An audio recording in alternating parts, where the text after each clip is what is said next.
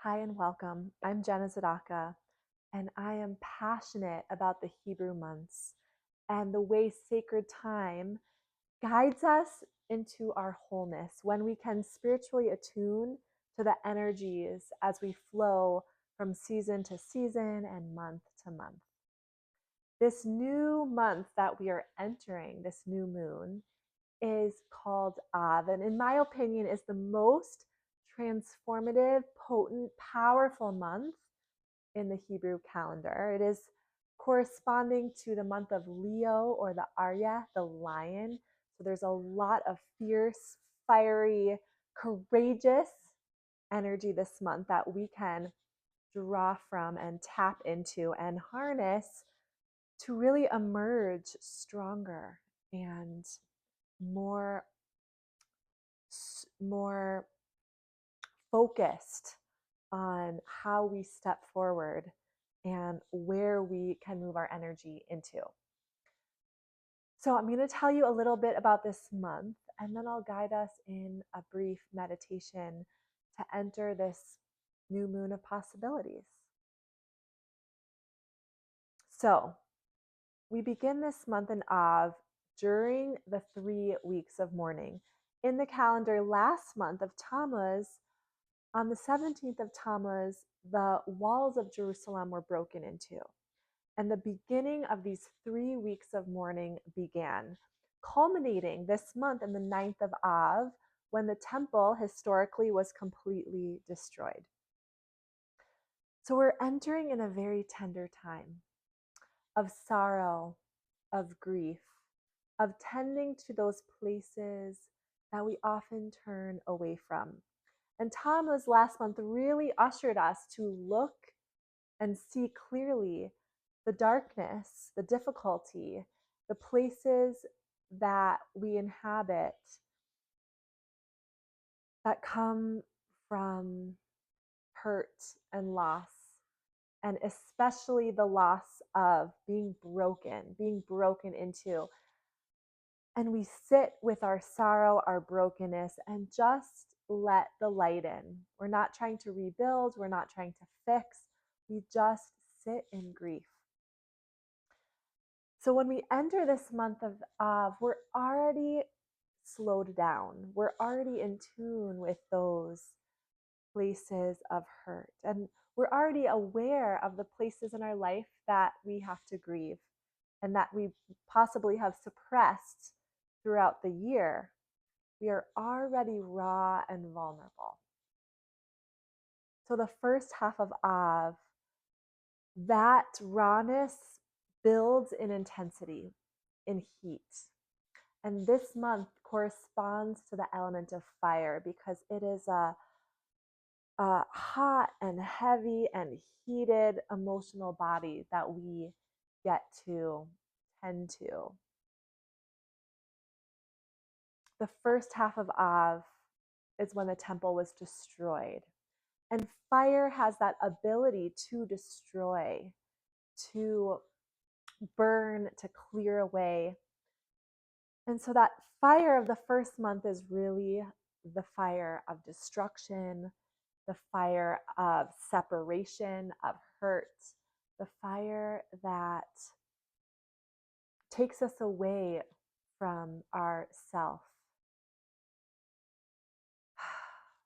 But there's positive news in this month, because after that intensity and that fire and that heat building, we come into the full moon of Av, which is a transformative shift from the fire of hurt to the fire of passion, the fire that reunites lovers, that brings people together, the fire of our hearts that are always illuminated and lit up. It is the fire that guides us towards love, especially after loss. On the full moon of Av, we celebrate the ancient holiday of love known as Tu B'Av, which translates to the 15th of Av, the full moon of this month. Historically, many things happened on this day. One of them was it was the beginning of the grape harvest. And And there was a time of sweetness and gladness as the harvest season began of winemaking. It even says in the Mishnah, there were no greater days in ancient Israel than Av and Yom Kippur, possibly because the wine season begins on Tu B'Av and ends on Yom Kippur. So we actually celebrate and we can drink the wine post Yom Kippur. So it's this season of gladness. And it says in Torah that wine gladdens the heart. Also, agriculturally, in the fields in ancient Israel, there were these flowers called white squills that were blossoming everywhere. And also, the olives were swelling with oil and ready to be picked for olive oil. So it's an agricultural season, this midsummer moment that is really at its peak of aliveness. Historically, on this day of Tu B'Av was one of the invitations to bring the wood offering to the temple to be used on the altar in the ancient temple. So families were able, certain families were able to, and certain tribes, bring their wood offerings, because after this moment in time, the wood would no longer be dried from the sun because the sun is losing its power and its heat, and there would be smoke in the temple. So this is the marking of the last day to bring the wood offerings, which really is a symbol of devotion, of tending to the sacred fire. A day of longing and desire. Kabbalistically, this day, the mystics teach, is the day of divine desire. It's when, before the world was created, God, or the infinite being, or the source of all life, had a desire to create an other, to create a world. And so there was this vacant space, this longing, this deep desire that bubbled up on Tu B'Av. And later in Elul, the creation of the world began. And then Rosh Hashanah, right after that, when humankind began to be created. So cosmically, it's a divine desire, but also in our own bodies, we fill back with desire after going through a period of grief and sorrow. And if you've ever experienced grief, you know that process is so slow and tender. You're so close to yourself. The grief brings you to the ground, slows you down, directs you to really what matters most.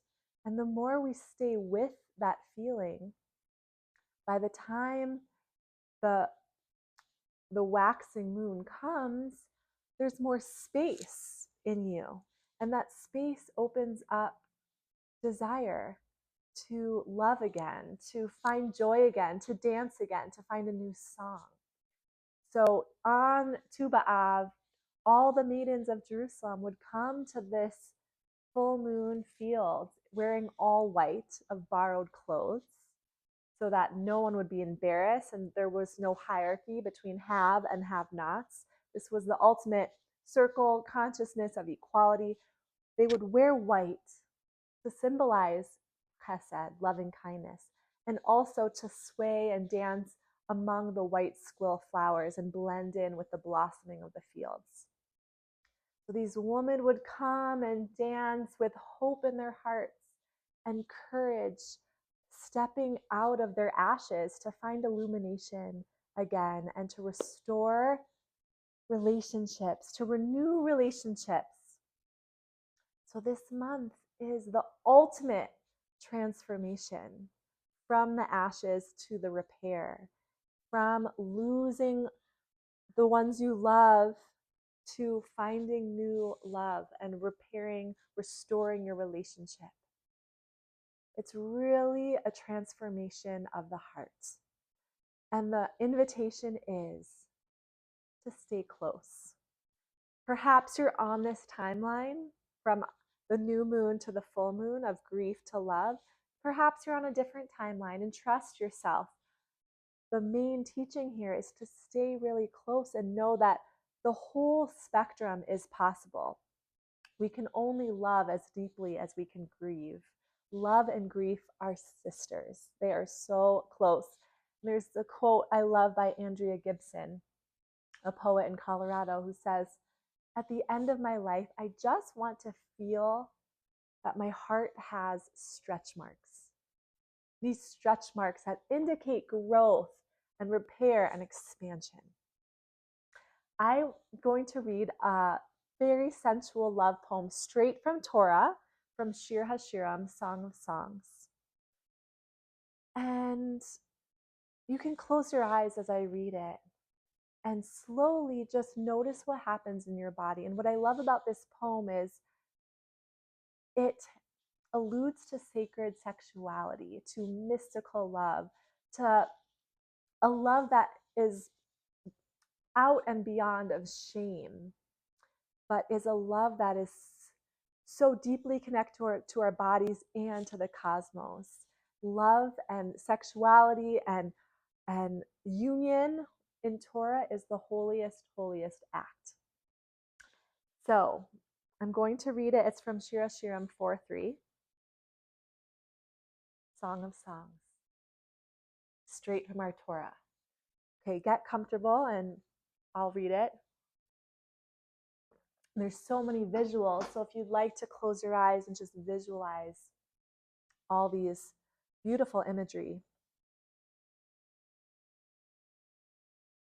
Like threads of scarlet are your lips. Your mouth is lovely. Like a segment of pomegranate are your cheeks amid your hair. Let my beloved enter his garden and eat its choicest fruits. I have come to my garden, my dear one, my bridge. I have gathered my myrrh with my spices. I have eaten my honeycombs with honey and drunk my wine with milk. My beloved is fair and flushed, distinguished among the multitudes. His head is the finest gold, his hair is curled, raven black. His eyes are like doves by the watercourses, washed with milk, set in fullness. His cheeks are like a perfumed bed, like banks of fragrant flowers. His lips are like lilies, dripping with flowing myrrh. His hands are rods of gold filled with emeralds. His belly is polished ivory inlaid with sapphire. There's no shame here of sexuality. There's no denial of the body, of the heart in these sensual celebrations of the human form. So let's just take a minute together to really welcome in Av and all that it holds. I invite you to close your eyes and take some breaths as you come into your body. And let your hands just brush wherever they wish. Maybe it's a squeeze of the thighs or hands together. However your hands want to caress or land on your body, as just a moment of gratitude for all we've been through in this human form so far. All that our body holds, the mystery, the sorrow, the joy. And taking some breaths to really arrive. And perhaps it's the new moon for you, or any time during the month of Av. Let's just visualize the glowing moon of Av above us, holding us in this energy of the heart. You may want to visualize the moonlight washing over your body.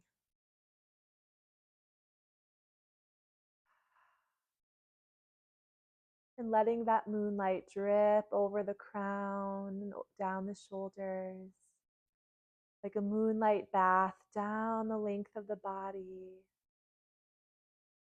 all the way into the hips and pelvis, and then down the length of the legs into the soles of the feet and the earth. Just renewing yourself with this new energy. this new opportunity, which really calls for us to be awake and alive to the moment, whatever is inside. Let it be fully felt. I'll invite you to press your hands, one hand on your heart, the other on your low belly. And just listen to what is here right now. Maybe it's sorrow, maybe it's love, or maybe it's anywhere in between. And as you listen, just take some breaths and let that feeling grow, be seen and witnessed.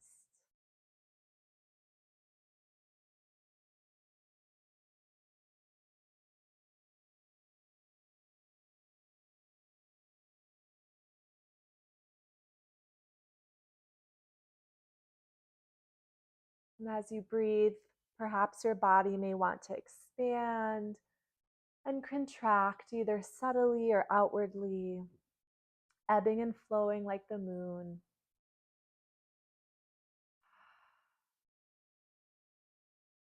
Exploring the polarity, the new moon of grief, the full moon of love.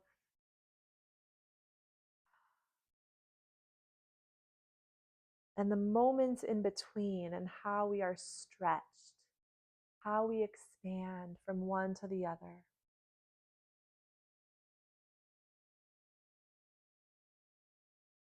Our body is like the moon. And just allowing in that change, that waxing and waning, the fluidity, the growth, the descent. Welcoming all parts of the journey towards our wholeness.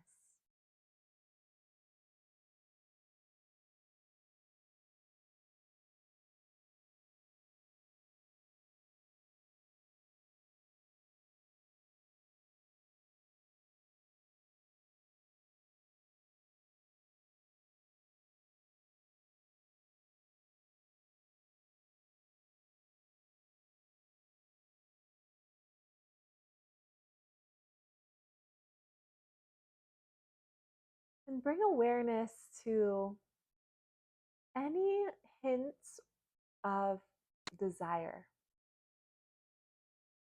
It could be a desire for a deeper breath, for a longer torso. It could be desire for connection with self, with others. A desire for play, for newness. Just notice where in your body houses desire and what it feels like.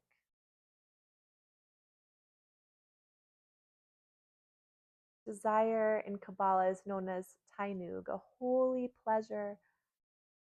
Holy tainug comes from ratzon, our highest will, our highest desire from the crown, from beyond. So letting those feelings of desire, of wanting, of hoping, just grow with every breath.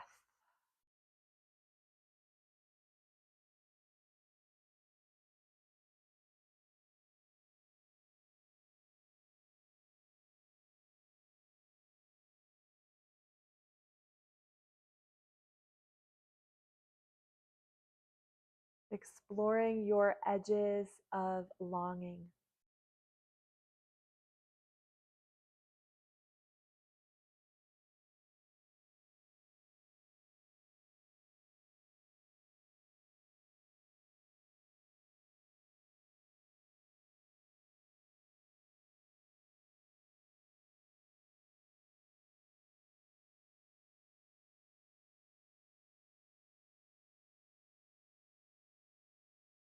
And you can pause this video and stay as long as you wish.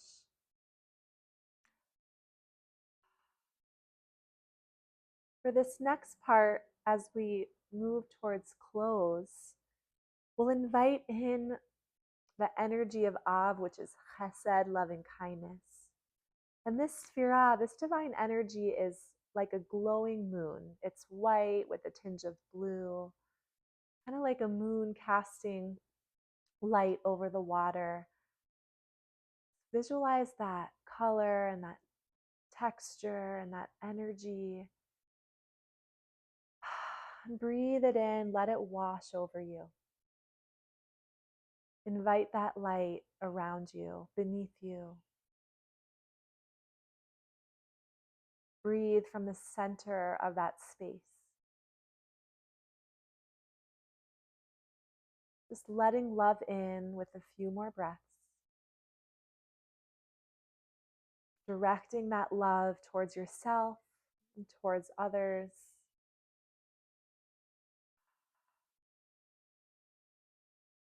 And calling on this month of Av and the angels of Av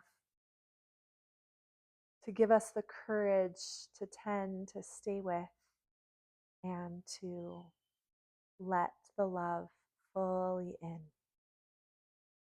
Gently bow towards your heart space, towards your low belly. And you can gently open your eyes. If you have not yet lit a candle for Rosh Chodesh, for the new moon, I invite you to light a candle and say your kavana, your intention for this new month. What do you wish to call in? What are you inviting into your consciousness? And breathe with that light, this element of fire representing Av, all the power it holds. And may we, like the flame, just rise upwards with strength and perseverance. Chodesh Tov. If you have any questions, feel free to reach out to me. I'm here to be with you on your Rosh Chodesh journey through the calendar. Thank you for listening.